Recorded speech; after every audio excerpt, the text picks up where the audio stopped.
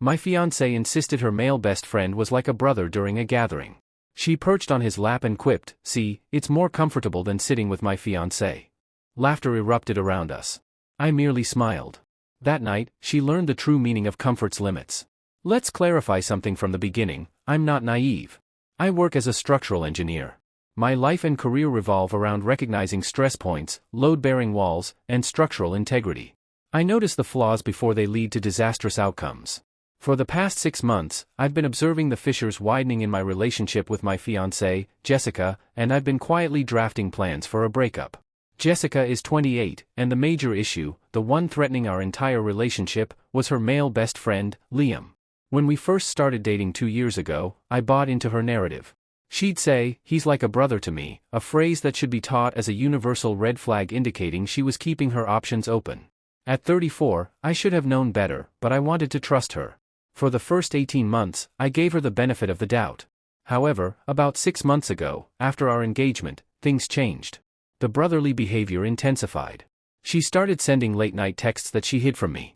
He became her +1 at a work function because I was busy with a deadline. His opinion on our wedding venue seemed to matter more than mine. He would casually drape his arm over her chair at dinner, his fingers brushing against her shoulder, a subtle display of ownership that I couldn't confront without appearing jealous and controlling. So, I stayed silent. I observed and documented everything. The engineer in me took charge. I began to discreetly separate my life from hers. Initially not emotionally, but rather financially and legally. I ensured the lease on our apartment, which was up for renewal, was solely in my name. I opened a new personal bank account and redirected most of my savings there, leaving just enough in our joint account to maintain the facade of a shared future. I wasn't being paranoid, I was preparing for a controlled breakdown. I knew it was inevitable. I just needed one final, undeniable piece of evidence to justify my actions. Last Saturday night, she handed it to me on a silver platter. We were at a housewarming party for friends, a perfect evening with a large crowd we both knew. I was chatting with a group of guys when I noticed Liam sitting in a large chair across the patio. Moments later, Jessica walked over. Instead of finding another seat, she plopped down on his lap, leaning back against him as if it were her throne. He wrapped his arms around her waist, hands resting on her hips with a familiarity that made my stomach churn. The conversation around me faded. I felt the gazes of everyone at the party shift toward me, awaiting my reaction. Mark, the host and a good friend, looked at me in horror. Jessica caught my eye and had the nerve to smile, a broad, challenging grin, calling out, "See, Daniel? More comfortable than sitting with my fiancé." A few people let out awkward laughs. Liam smirked at me from beneath her, a smug expression that seemed to say, "I won." In that moment, I felt no hurt or fury, only a cold, quiet realization. The final piece of evidence had been collected. The structural failure was confirmed. It was time to put my plan into action. I smiled back at her, a completely vacant, calm smile. I raised my drink in a small salute. "Whatever makes you comfortable," I replied, my voice perfectly steady. Then I turned back to my conversation as if I hadn't just witnessed the public dismantling of my engagement. Inside, the demolition sequence had already begun. For the rest of the night, I felt like a ghost. I made small talk, laughed at jokes, refilled my drink, but my thoughts were miles away, running through my checklist. On the drive home, she was bubbly, riding high from the attention. She chattered about the party, how much fun she had, completely unaware that she was next to a man who had already erased her from his future. We got home just after 1 a.m. She yawned, claimed she was tired, and headed straight for the bedroom. "Don't stay up too late working," she said, blowing me a kiss. "I won't," I replied. I waited until I heard the definitive click of the bedroom door. Then I went to my office and began the demolition. I wasn't working, I was ending us.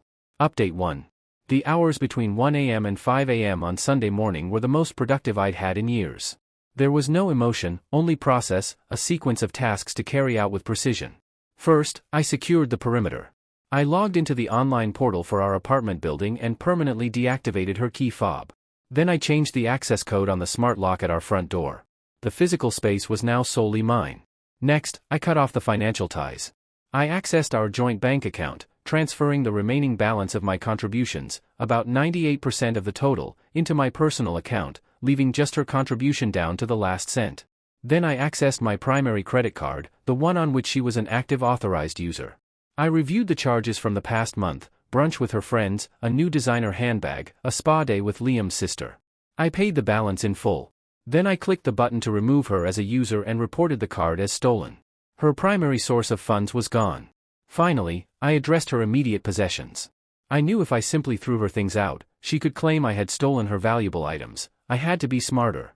I entered the bedroom where she was sleeping, a faint smile on her face, likely dreaming of the comfort Liam provided. I moved as quietly as a cat. I gathered her essentials, her laptop, work phone, primary purse with her wallet and keys, phone charger, and a small jewelry box containing the pieces I had bought for her. I packed them into her favorite weekend bag and placed it by the front door, ready for her departure. The rest of her belongings, the mountains of clothes and shoes, could be dealt with later. This was about a clean, swift extraction. At 5 a.m., I sent a brief text to our mutual friend Mark, the party host. "Hey man, sorry for the awkwardness last night. Just wanted to let you know Jessica and I are done." I ended it. "If you hear any wild stories, just know the truth is she made her choice in front of about 50 people." I trusted Mark, he would share the accurate version of events, shielding me from the inevitable smear campaign. Then I put my phone on airplane mode and went for a run as the sun rose. When I returned, the apartment was quiet. I made coffee and waited. Around 10 o'clock, Jessica finally emerged, looking groggy. "Morning," she said, avoiding my gaze. Maybe a part of her realized she had crossed a line. "My phone is dead. Can you get my charger from my purse?" "I can't," I replied calmly. "Your purse is by the front door in a bag with your other essentials." She frowned, confused. "What are you talking about? Why would it be there?" "Because that's where you're going," I replied, my voice devoid of emotion. "You don't live here anymore." She actually laughed, a short, disbelieving sound. "Okay, I get it. You're mad about last night. I already told you it was a joke. You're being a bit dramatic, don't you think?" "No," I said, standing to face her. "I'm being logical. You sat on another man's lap in front of all our friends and declared you were more comfortable with him than with me. That's not a joke, that's a public declaration of your priorities. I acknowledge your statement. My priority is to not be in a relationship with someone who holds me in such public disdain." The color drained from her face as she grasped my seriousness. "You're breaking up with me like this after 2 years? The relationship ended last night," I corrected her. "This is just the logistical follow-up. Your key fob won't work, the door code has been changed, your credit card has been cancelled, and the funds in our joint account have been separated. Your essential items are in the bag by the door. I suggest you call the person you feel most comfortable with to come and get you. You have until noon." That's when the tears and pleading began, a predictable and pitiful act. She was sorry, she loved me, it was a mistake, she hadn't been thinking. I stood there, unmoved. The engineer in me had already calculated the stress tolerances of our relationship, and she had surpassed them. The structure was beyond repair. Liam showed up about an hour later, playing the role of the outraged protective brother. He stormed into my apartment, which Jessica had let him into, and tried to confront me. "You're a real piece of work, you know that?" he said, attempting to sound intimidating. I didn't even look at him, I just focused on Jessica. The clock was ticking. At noon, he'd be officially trespassing. "And just so you know, the security cameras in this hallway record audio. Any threats you make will be reported to the police." His tough guy act crumbled instantly, he was just a coward like all bullies. He muttered something under his breath, grabbed her bag, and they left. As she walked out the door, Jessica turned back. "What about the rest of my things?" she cried. "You can contact me via email to arrange a time for a supervised pickup," I replied. "You will be allowed 1 hour with a police escort present to ensure a civil transfer of property. Goodbye, Jessica." Then I closed the door, activated the smart lock, and the silence I had been longing for over the past 6 months finally filled my home. Update 2. The days following her eviction were a masterclass in damage control and narrative warfare, all orchestrated by Jessica and her inner circle. I was ready for it. A structure doesn't just collapse, there's always a cloud of dust and debris. The first wave was the emotional appeal led by her mother. The voicemails were textbook, feigned concern, tearful pleas, and veiled threats. I saved them all but responded to none. The second wave was the social media onslaught, a coordinated campaign of vague but pointed posts. Her friends shared about the hidden pain of emotional abuse and how men punish women for having male friends.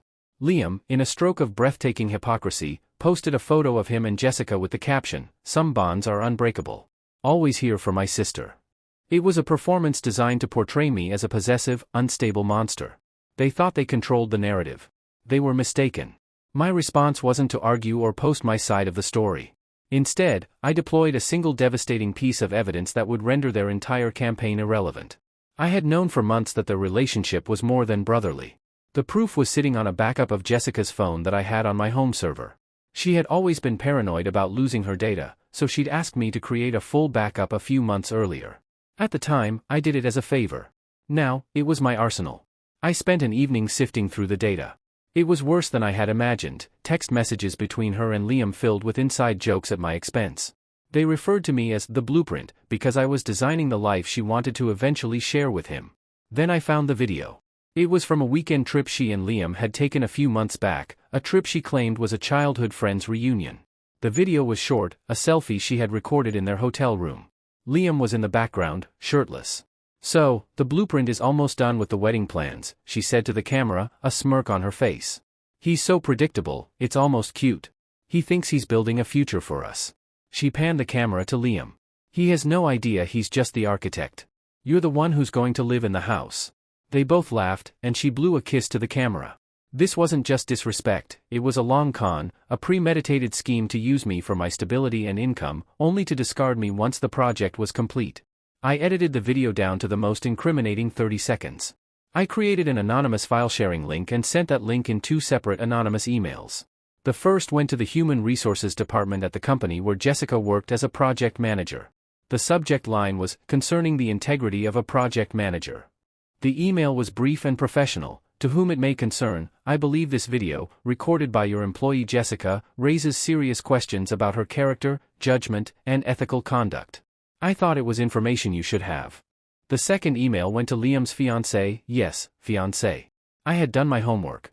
He was engaged to a woman from a wealthy family, a union that was crucial for his career at his family's investment firm. Her name was Emily. The subject line was, "Something you need to know about Liam." The email was even shorter. "Emily, I'm so sorry to be the one to show you this. You deserve the truth." I hit send on both emails. I had planted the charges deep within the foundations of their lives. I didn't have to wait long for the fallout. Final update. It's been 4 months. The dust has settled, and the landscape of my life and theirs has been permanently changed. The revenge wasn't loud or explosive in the moment, but its effects were catastrophic and irreversible, just like a well-planned demolition. Mark, my friend, kept me informed about the aftermath. The video did exactly what I intended. At Jessica's workplace, an internal investigation was initiated. Her job involved managing large, sensitive client projects, and a video of her openly admitting to a long-term plan to deceive her fiancé was seen as a significant liability. She wasn't fired, but her role was downgraded to a low-level internal position with no client contact and no opportunities for advancement. Her career was effectively over. For Liam, the consequences were even worse. His fiancée, Emily, did not take the news well. She not only broke off the engagement but also sent the video to her father, who happened to be one of the largest clients at Liam's family's investment firm. The next day, her father withdrew his entire 8-figure portfolio from the firm. Liam became a pariah overnight. He lost his fiancée, his reputation, and cost his family millions. Last Mark heard, Liam had been quietly reassigned to a satellite office in another state, a form of professional exile. With her career in ruins and her brother now a disgraced outcast, Jessica's world fell apart. Her friends, who had been so quick to attack me, disappeared. They had been attracted to her perceived status and the comfortable life she led with me. Once that was gone, so were they. She had to hire a lawyer to arrange the retrieval of her belongings from the storage unit. My lawyer handled the entire process. Her attorney attempted to claim financial support, citing dependency created by our relationship.